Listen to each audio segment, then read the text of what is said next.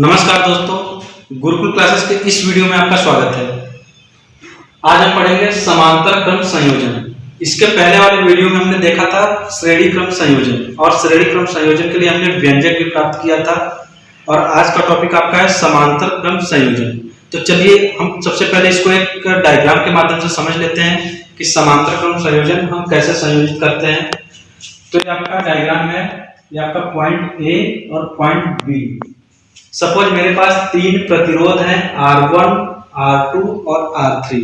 तीनों प्रतिरोध का पहला सिरा हम संधि A से जोड़ेंगे या बिंदु A से जोड़ेंगे, और तीनों प्रतिरोध का दूसरा सिरा संधि B से जोड़ेंगे। A और B को हम सेल से जोड़ देंगे। सेल में जब हम कुंजी ऑन करेंगे तो यहाँ पे धारा प्रवाहित होने लगेगी। धारा जब संधि ए पर पहुंचेगी तो यहाँ धारा को जाने के लिए तीन रास्ते मिलेंगे, तीन अलग अलग रास्ते मिलेंगे। तो हम ऐसा मान लेंगे कि पहले रास्ते पर या पहले प्रतिरोध के लिए धारा हमारा होगा I1, यहाँ पे हो गया आपका I1। दूसरे प्रतिरोध के लिए धारा जाएगा आपका I2, तीसरे प्रतिरोध के लिए धारा जाएगा I3। ये तीनों धाराएं जब जाएंगी बिंदु बी पे फिर से पुनः मिलेंगी और वहां पे मिलकर के आई बन जाएंगी। तो हम यहाँ पे बोल सकते हैं किरचॉफ के प्रथम नियम से I बराबर आपका होगा I1 plus I2 plus I3। इसी को हम लिख लेते हैं।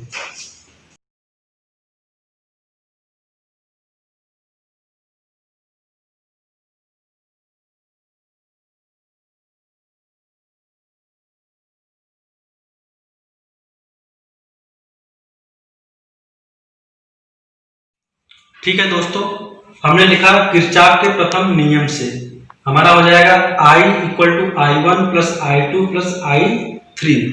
यदि दोनों बिंदुओं के बीच का विभवांतर V हो तो हम लिख सकते हैं V बराबर I R। एक इससे होगा ओम के नियम से।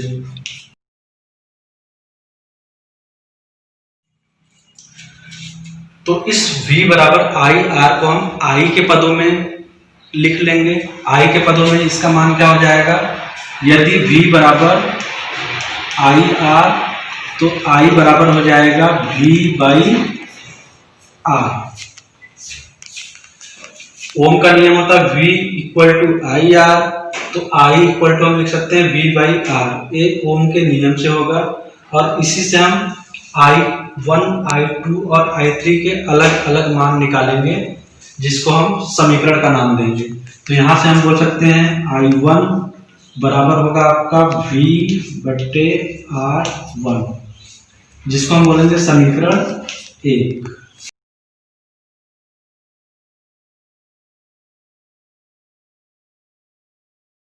इसको बोल सकते हैं किरचॉफ का फर्स्ट नियम आपका है I बराबर I1 plus I2 plus I3।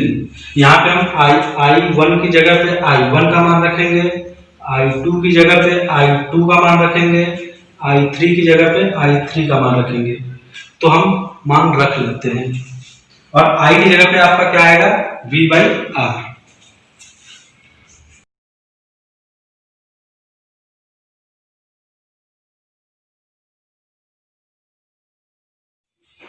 यहां से V आपका कॉमन निकल आएगा।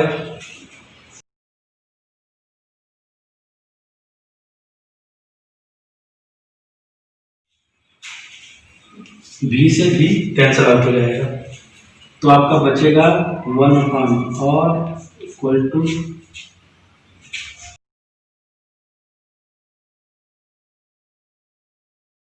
और यही आपका होगा समांतर क्रम संयोजन के लिए व्यंजक। व्यंजक आपका निकल करके आया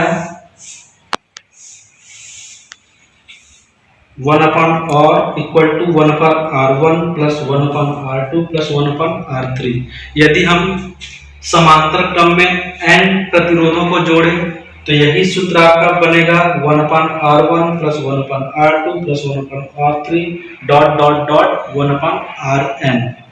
ठीक है दोस्तों, इसको मैं एक बार फिर से रिवाइज कर लेता हूं ताकि आप लोग को और अच्छे से समझ में आ जाए। तो सबसे पहले हम देखेंगे 3 प्रतिरोध को हमने समांतर क्रम में संयोजित किया है। प्रतिरोध R1, R2 और R3। प्रतिरोध R1, R2 और R3 का पहला सिरा हम बिंदु A से जोड़ेंगे। प्रतिरोध R1, R2, R3 का दूसरा सिरा हम बिंदु B से जोड़ेंगे और बिंदु A और B को एक सेल से जोड़ देंगे। जब कुंजी ऑन करेंगे धारा प्रवाहित होना शुरू हो जाएगा। जब धारा प्रवाहित होगा बिंदु A पे पहुंचेगा तो धारा के लिए यहाँ पे 3 रास्ते मिलेंगे और हमने पढ़ा था जब रास्ते बदलते हैं तो धारा I का मान बदलता है। तो यहाँ पे प्रतिरोध R1 के लिए धारा होगा आपका I1, प्रतिरोध R2 के लिए धारा का मान होगा I2, प्रतिरोध R3 के लिए धारा का मान होगा I3। और हम बोल सकते हैं किरचॉफ के प्रथम नियम से। किरचॉफ का प्रथम नियम क्या होता है? कितनी भी धाराएं कितनी भी डायरेक्शन में गई हो, जब वो मिलेंगी तो सारी धाराओं के योग के बराबर होती हैं। तो यहाँ पे I बराबर हो जाएगा I1 plus I2 plus I3। इसमें हम ओम के नियम से I का मान निकालेंगे। ओम का नियम होता है V इक्वल टू IR, तो I का मान होगा V बाई R। तो हम I1, I2 और I3 का मान बहुत ही आसानी से निकाल सकते हैं, जो हमने यहाँ पे निकाला हुआ है। I1 हो जाएगा आपका V बाई R1, जिसको हमने नाम दिया समीकरण 1 का। I2 बराबर होगा V बाई R2, जिसको हमने नाम दिया समीकरण 2 का। I3 हो गया V बाई R3, जिसको हमने नाम दिया समीकरण 3 का। तो समीकरण 1, 2, 3 से हम क्या लिख सकते हैं? V by R equal to V by R1 plus V by R2 plus V by R3। हमने V को कॉमन लिया, V से कैंसिल आउट हो गया, तो हमारा फाइनल रिजल्ट ये बच गया 1/R equal to 1/R1 plus 1/R2 plus 1/R3।